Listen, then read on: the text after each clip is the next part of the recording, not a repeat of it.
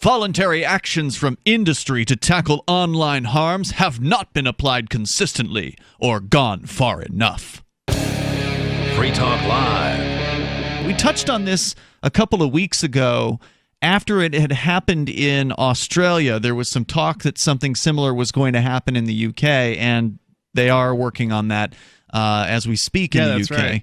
They're taking a hard line when it comes to online safety, says CNET, moving to establish what it says is the world's first independent regulator to keep social media companies in check.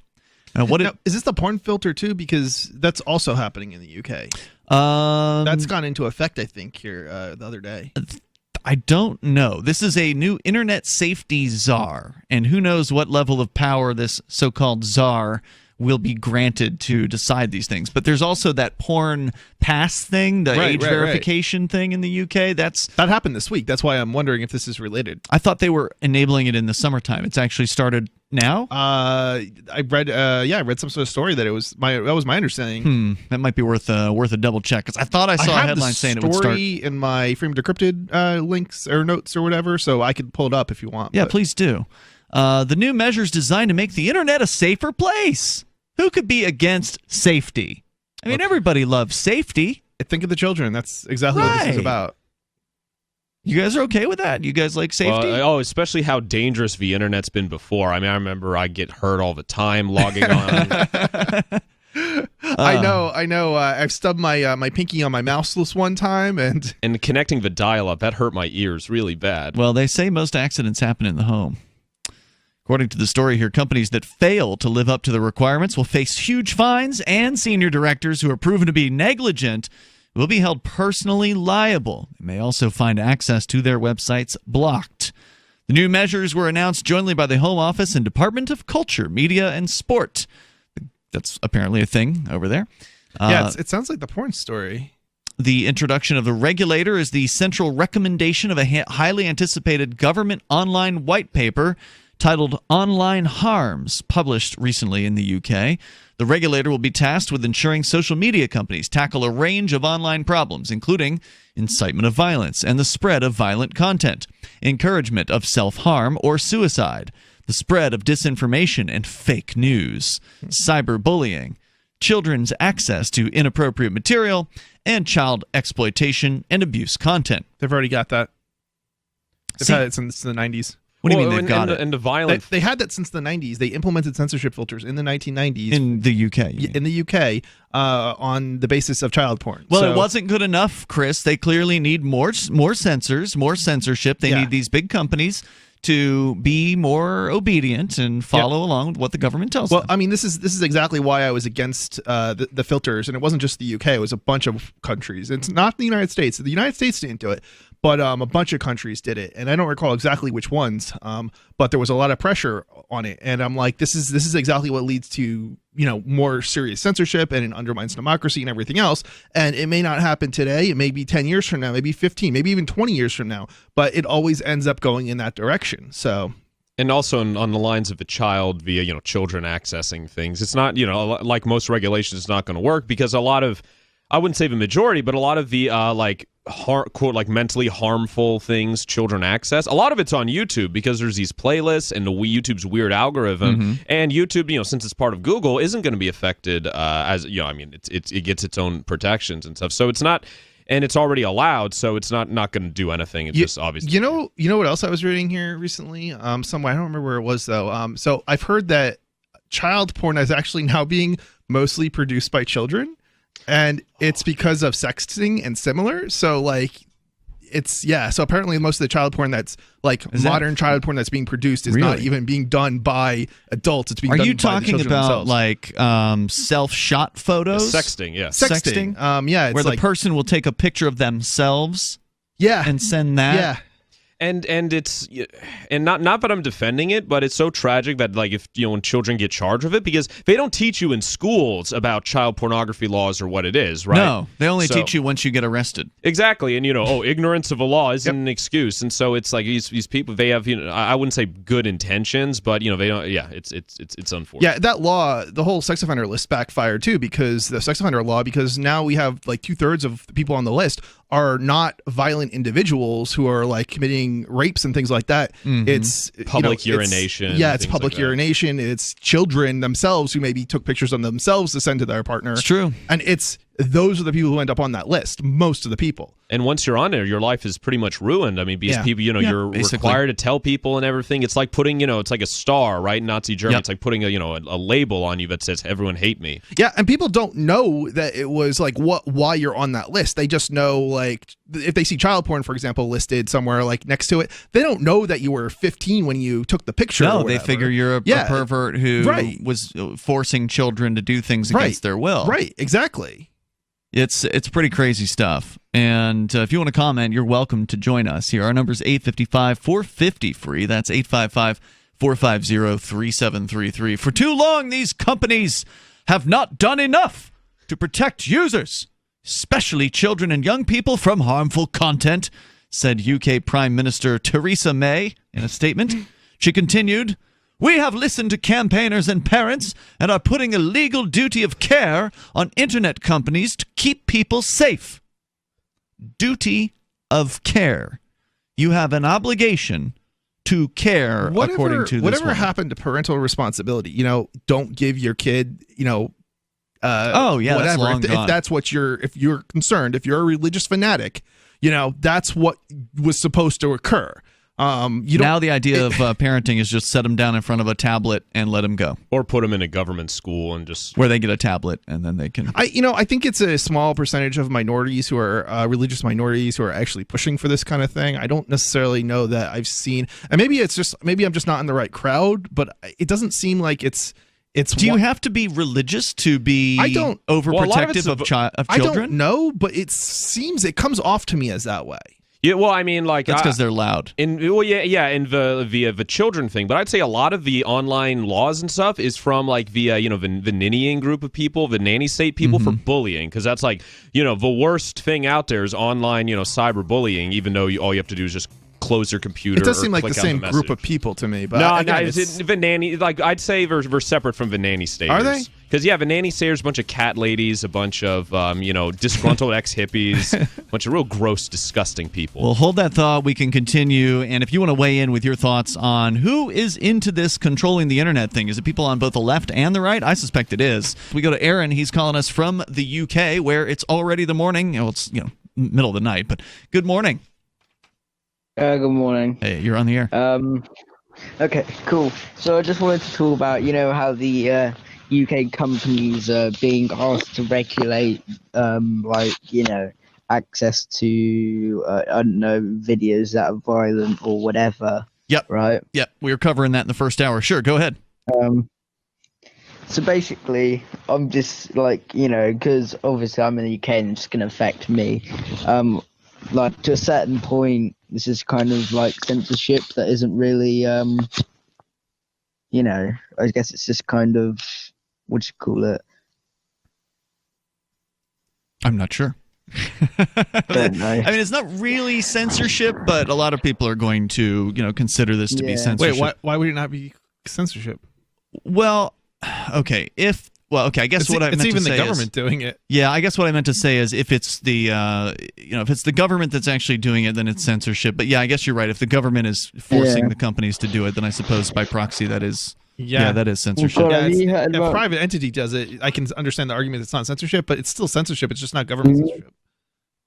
Yeah, have you heard about this whole Article 13 thing now? They're asking for age verification for porn sites or whatever, blah Right. blah blah. Now that's Right. definitely going to stop young people from getting porn, right? Oh, I'm sure.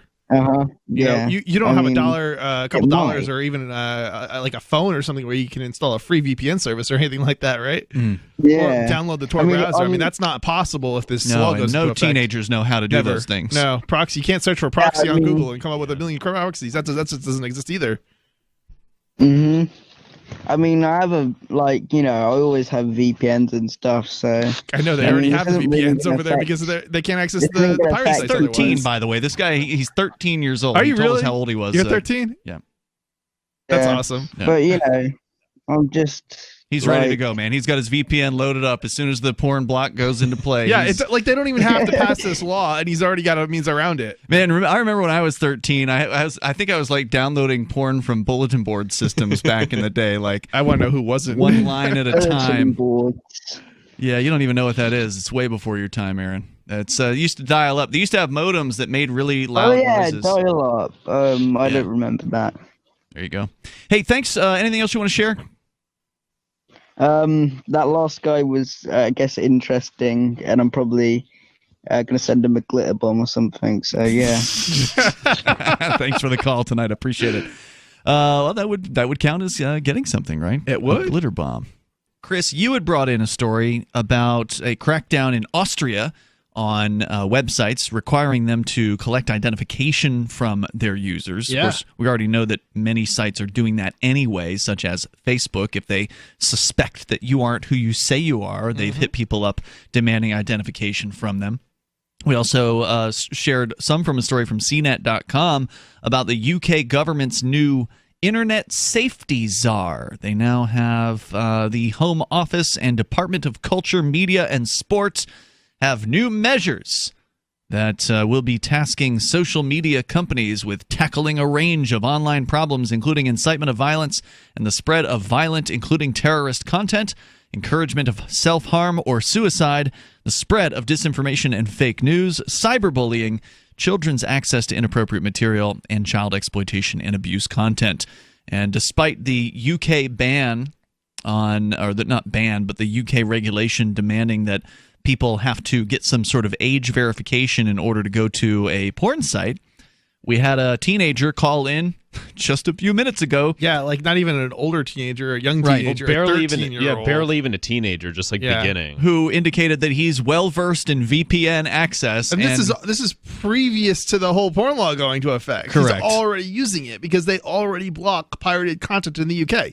So these teenagers are already familiar with the bypass technologies available. So, according to the story here at CNET, as well as applying to major social networks such as Facebook, YouTube, and Twitter, the requirements will also have to be met by file hosting sites, online forums, messaging services, and search engines.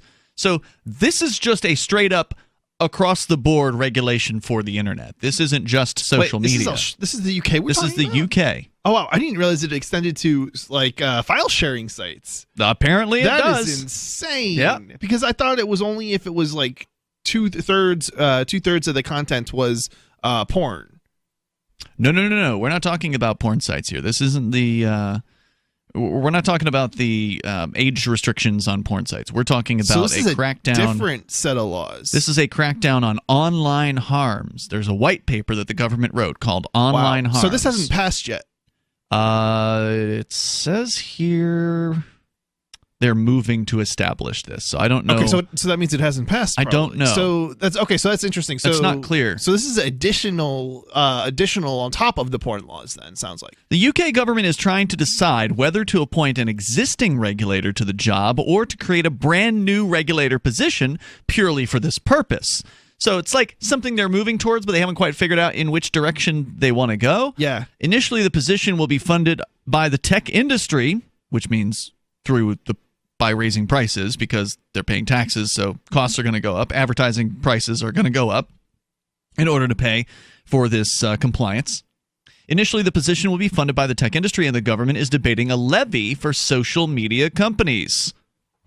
That's a tax, folks. You know, I wonder what happens when I would really love to see a large company just quit the UK market, just to leave. Yeah, to just leave. I mean, seriously, like there's not exactly a lot of alternatives to, like, say, Facebook to begin with.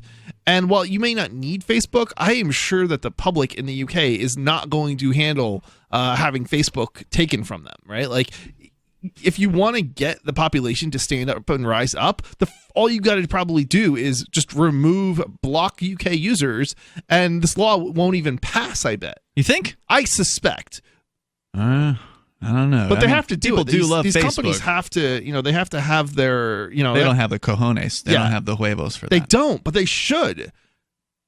The era of self-regulation for online companies is over, said Digital Secretary Jeremy Wright in a statement. He said further, quote, voluntary actions from industry to tackle online harms have not been applied consistently or gone far enough.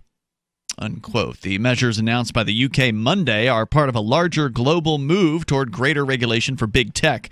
The efforts originated in Europe but have been gaining traction in the US, as well as with the leaders of tech companies, including Mark Zuckerberg and Tim Cook. Just a few weeks ago, we read the summary of Zuckerberg's essay that he wrote on why they should be regulated. He wants a universal coverage, a universal standard law, right? Right, that he, of course, writes what it's going to be. Right, of course he wants to write it, too. At a time of great upheaval in the UK, the government is deciding to stand up to Silicon Valley tech companies while hoping they'll continue to create local jobs once the country has departed the EU. There are still some elements of the new regulatory process that are up for debate. The chairman of the Parliament's Digital Culture, Media and Sport Committee, which recently published a report on fake news that branded social media companies as, quote, digital gangsters, said it's important that the regulators... Is that the pot calling the kettle black in that case?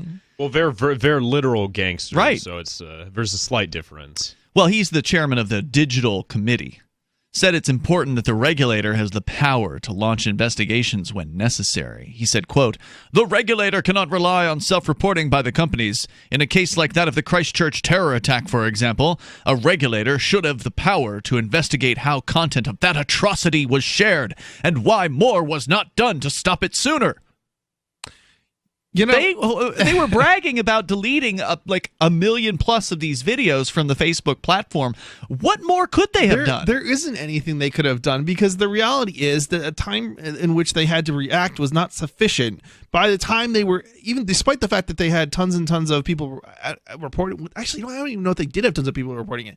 The point is that basically they didn't have time to react in the first place, but as soon as it did happen and they were made aware of it, they reacted and they overreacted with overwhelming response. So the fact that they're being criticized for it, not good enough, like not fast enough. The government is even less efficient at like making stuff happen. So they suck at everything. How on earth is a company, a private entity, supposed to magically make it disappear before it's even been started streaming? Right, like before anybody's even notified them of it. Like this is just insane. Any stream with gunshots in it should automatically be banned. I mean, it's just, how would you know? How you have to get an alert from a user that something offensive is happening.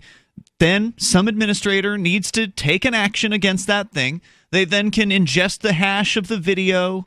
That way they can block that particular video from being uploaded, but then the people who know how to change videos around, somebody will reverse it, somebody will crop it, somebody will, there's these different techniques that they have to make it so that the auto detection system doesn't detect it. The thing that drives me nuts is that they don't even understand this concept of jurisdiction, right? Like they have jurisdiction over like their country. They don't have jurisdiction over, other companies in other countries. So you're going to have those videos that do get streamed and then get blocked still hosted somewhere else.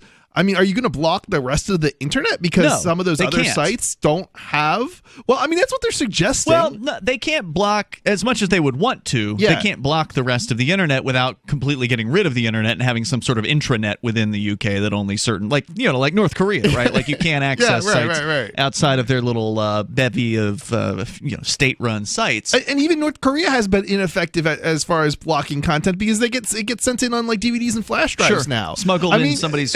The idea that they're going to be successful at blocking the rest of the world is just absolutely insane. Won't be, but they don't have to be successful at blocking the rest of the world, because if they can block it on Facebook, they've effectively blocked the content for most people, because most people won't leave Facebook. There's no way they're going to achieve that without shutting Facebook down. We're talking about the crackdown coming against internet freedom, specifically. As you would expect, they're targeting the big guys. They can't do anything about some website that's hosted outside of the United States. Except for block them. They can block them, but you can always create a new website. So then they'd have to find out about your new site in order to block that. And that's true. And that's exactly how the pirate sites get around the blocks. Like the Pirate Bay. Right, exactly. They just have multiple websites and you create a new domain every day. And by the time the censors catch up, it's you've already got your million viewers. The only way they could stop that from happening would be if they only had specific sites they allowed. So if they'd have to whitelist, right. If they blocked all sites with the exception of Facebook, with the exception of Google, with the exception of these specific approved sites, and who knows, maybe it'll get that bad someday.